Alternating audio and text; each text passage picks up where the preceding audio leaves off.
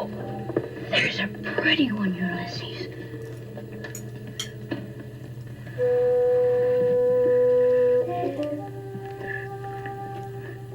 There it is.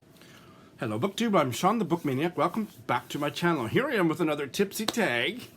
And this is an original tag by one of my very favorite booktubers, Jason, over at Byways and Bookland. I heartily recommend his channel to you. He is one of the most interesting people on BookTube. He is Irish, he is an antiquarian, I'm not sure, he is a bookseller, he is an encyclopedia of everything you ever wanted to know about books, with a jovial, absolutely delightful personality. You must check him out. This is his supermarket shopping book tag, and I was tagged by him, the originator of this tag. So, supermarket shopping. It's a fraught aspect of all our lives these days. I've made vlogs about it. Number 1, list. Before going book shopping, including virtually, do you have a list? I would say no. When I go to a bricks and mortar bookshop, except on very rare occasions, I just like to browse. So I do not have a list. Now, when I buy online, I'm usually looking for a specific book and needing it on a timely basis. So yes, I don't necessarily have a list, but I'm searching for a specific book. And as regular viewers of my videos will know, my coping mechanism during the pandemic has been buying books, and more books, with all the extra disposable income having all of my work moved to Zoom made available to me. I've got book hauls coming out the wazoo, people. Stay tuned. Number 2, fruit and veg. What did you call me?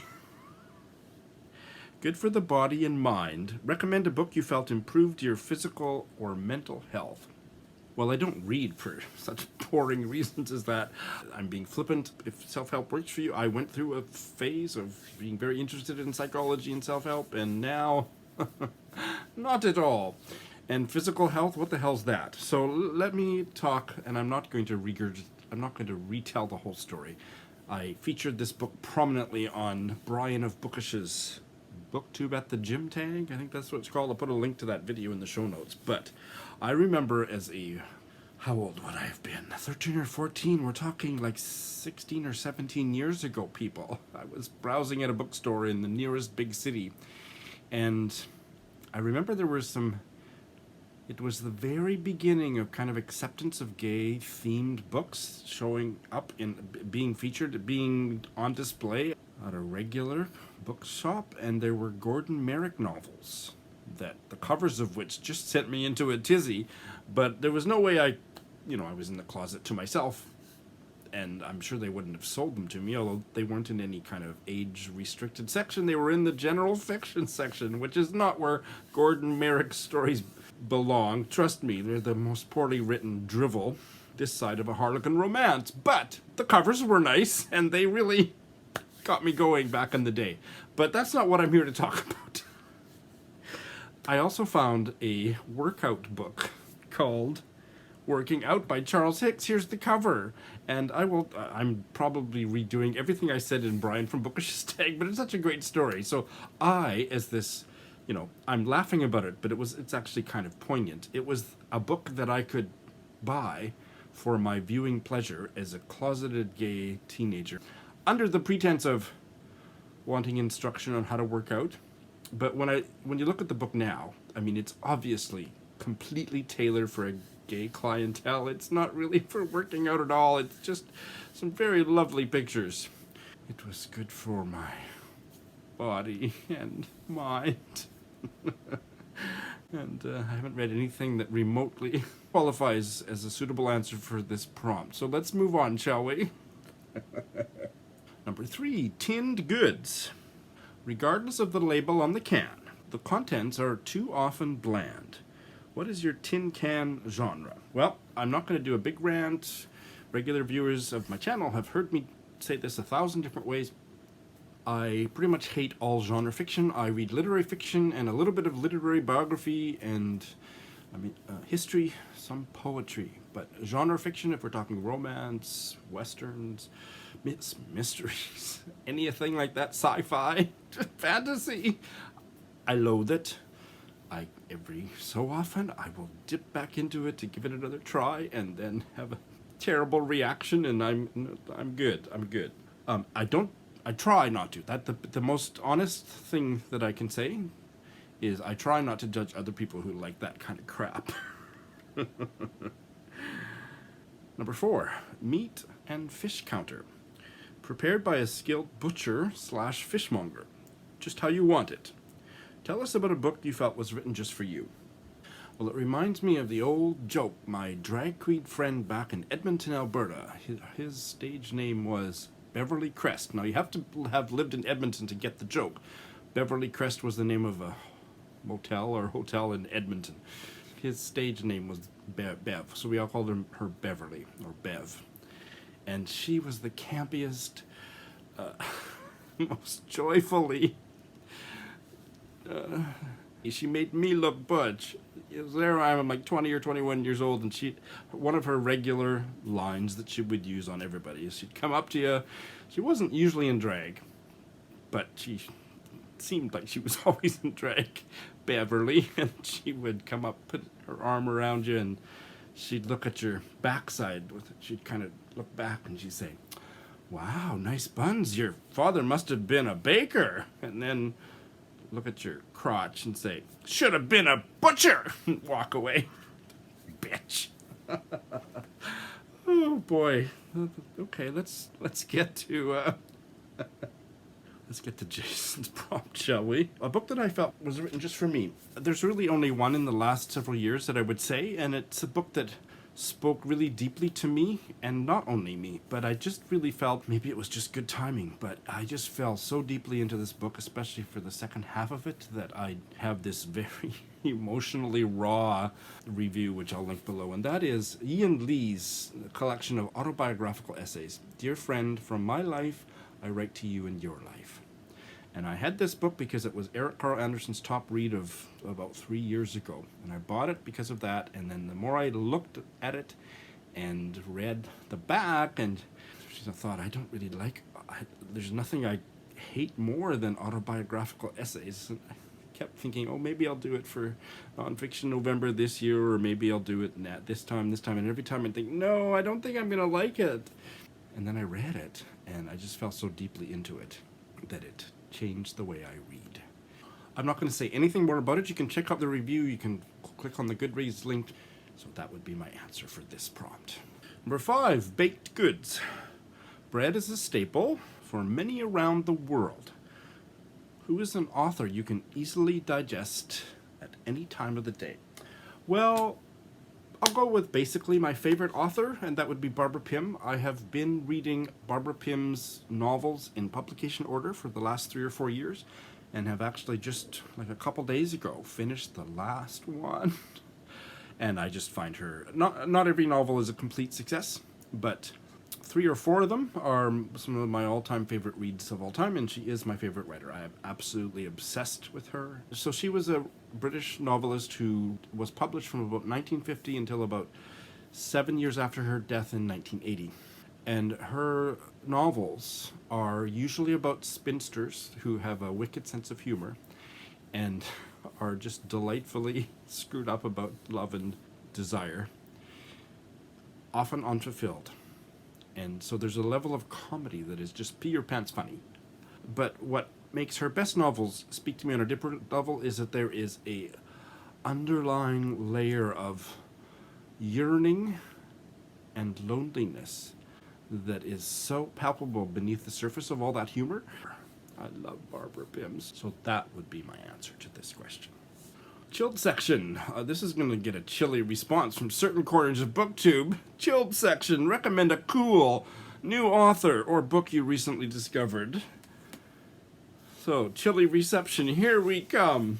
I've been talking about this book in the last several videos, so I'll just hold it up here. Sally Rooney's Normal People. It's a Marmite book. Half of my BookTube besties loathed it. Half of BookTube loathed it. The other half, including the other half of my BookTube besties, loved it. I have lost friends and I have gained friends, and quite seriously, after avoiding this novel during all of its hype and award nominations and this and that. I finally read it this spring and was quite surprised and delighted to find it beautiful, highly literary, emotionally compelling novel. It's definitely one of the best novels I've read this year. Not the best, I know it's not going to end up being the best. It is one of the very best, and Sally Rooney is an amazing writer, and I think she will be read. Some people were quite upset that she was being called the new Jane Austen or something. I don't know if she's going to be the new Jane Austen. This was a profound novel. Achingly beautiful. I loved it. I can't wait to see what she does next. So that would be it. And she's cool. Right, Adam? Britta? Number 7, Frozen section. Well, that's kind of where I am now with the people that don't like Sally Rooney. Tell us about a book that gave you the shivers. So, if we're talking about books that scared me, the last one I read ended up being a really disappointing book. It's a horror book, but the premise of it was genius, and it started out really good. But by the end, I just couldn't stand the writing and the way the story went. But that is a horror novel from about 5 years ago, I think, called Hex by Thomas Olde Huvelt, translated into English by Nancy Forrest Flyer. Huvelt is a gay Dutch writer, born in 1983, and he's really hot, or he was, when this book was published. But that wasn't why I read it. You believe me, don't you? The original Dutch novel was set in Holland, but the English translation, they moved the story to America because, Americans would not be able to enjoy a book set in another country. That's not true. That bugged me, but I quickly forgot about that because it really freaked me out. This story of this witch that lived in a town. She would just show up in people's homes or walking down the street, and her eyes were sewn shut, and there was a backstory that was really chilling. And I mean, I like supernatural horror. I don't watch supernatural horror movies, but I kind of like them. I don't like violent horror movies like axe murder stuff. No, but supernatural, there's still a bit. I loved those kind of stories when I was a kid, and this novel kind of was an extension of that, and it completely fell apart by the end, and the prose sucked.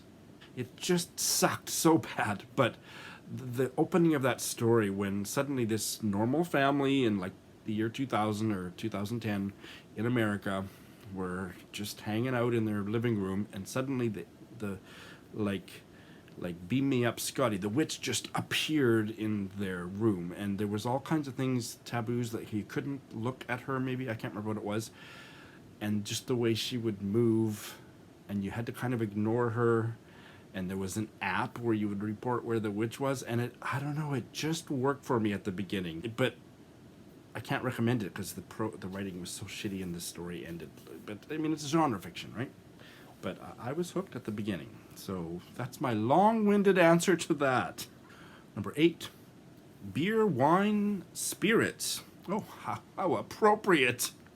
Let's have another sip, shall we? Name one of the first books you read that made you feel like an adult. And this was when I was in high school, maybe aged, 15, 16, something like that. And I read my mom's copy of this Canadian novel, Hugh MacLennan, The Watch That Ends the Night. He's not somebody that anybody younger than me or even my age probably remembers anymore. It was published originally in 1958, and my mom had a copy of it on her shelf, and I decided to read it, and I loved it. I have a feeling I wouldn't love it so much now, and I bought a copy again just to test that theory. Set in Montreal in the 1930s, and the two main characters, the woman has heart disease, and her first husband disappeared in Europe, presumed to have died in a Nazi prison camp. That doesn't make sense chronologically if it was in the well, I guess it was in the late 30s, I'm not sure. But anyway, it's very intense with stuff about the Holocaust and adult themes, and I remember just being completely swept up by it, and it was the first quote-unquote adult novel that I read, and I was about 15 or 16. I have no idea what I would think of it now. Number 9, sweets, candy. What genre or author is your indulgence when you need a little treat read? So I have to say, and I've said this in a few videos over my time on BookTube, I do not read for distraction. I'm not interested in like if you want to make me puke, recommend a book to me and tell me that it's a beach read. I'm just not interested in books that are light and fluffy for any reason. Very, very rarely I will find myself enjoying something that is predominantly a comic novel. For example, E.F. Benson, but very, very rarely, and for the most part, I want something very substantive, very literary, very meaningful. And I'm kind of laughing at myself here, but I do not read anything that remotely could be called escapism. I just find that kind of reading loathsome. So I'm just such a meaningful meister. It's so interesting because, you know, I love sitcoms. I mean, I don't like TV at all, except the Golden Girls. Well, like that. It's fluffy, but just delightful. So in different mediums, I have different criteria. But I mean, I watch about 4 hours of TV a year, and I don't watch movies. There's a certain kind of comedy that does appeal, but reading, like something that would be considered a beach read or whatever, I would rather stick pins in my eyes. Number 10, magazine stand. If you read magazines or journals regularly, tell us what you read. I don't. I read what's on Twitter. And I retweet. It's not going to be a big secret to any of you who follow my Facebook or my Twitter that I definitely retweet a lot more than I read, but I do read a fair amount of magazine articles or newspaper articles. I subscribe to the New York Times, Washington Post, and my favorite magazine, the best magazine in the world, hands down, there's no argument, is The New Yorker. And I have subscribed over the years, but I do not read The New Yorker anymore because I would rather read books. But I love The New Yorker. I'm obsessed with The New Yorker, but I do not make time in my reading life for The New Yorker. Their articles are 40 pages long and stand the test of time. They never get old.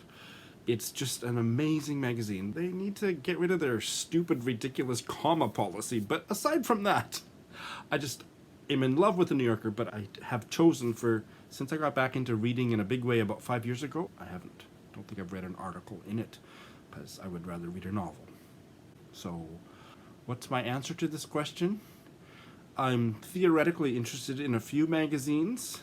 I retweet a lot of magazine articles, read a handful of magazine articles, and at the very top of the pantheon of magazines, The New Yorker, I have chosen not to read it for years because I would rather read fiction. Judge me all you want, people. That's my honest answer. And then the last one is the checkout. So time to go home and unpack. Tag some shoppers on their way in. As usual, I haven't planned this, so I'm just going to go to my comments and tag the last few people that commented on my videos. I will tag Heidi of My Reading Life, Roz of Scallydandling About the Books, although I think she might have been already tagged. A new to me booktuber, I don't know her name or anything, but just based on a recent comment, Read a Book Gem. A frequent commenter on my channel who I had no idea started a channel recently, Duncan McCurdle, Doris of Aldi Books, Kaylee of Kaylee's Reading Corner, another new to me booktuber. I'm a frequent commenter on mine. I just haven't had the time to really get acquainted with his channel yet. Looking forward to doing that. Gagging for Lit, and one more. Another new to me booktuber, Your True Shelf. That's all. Thanks for watching.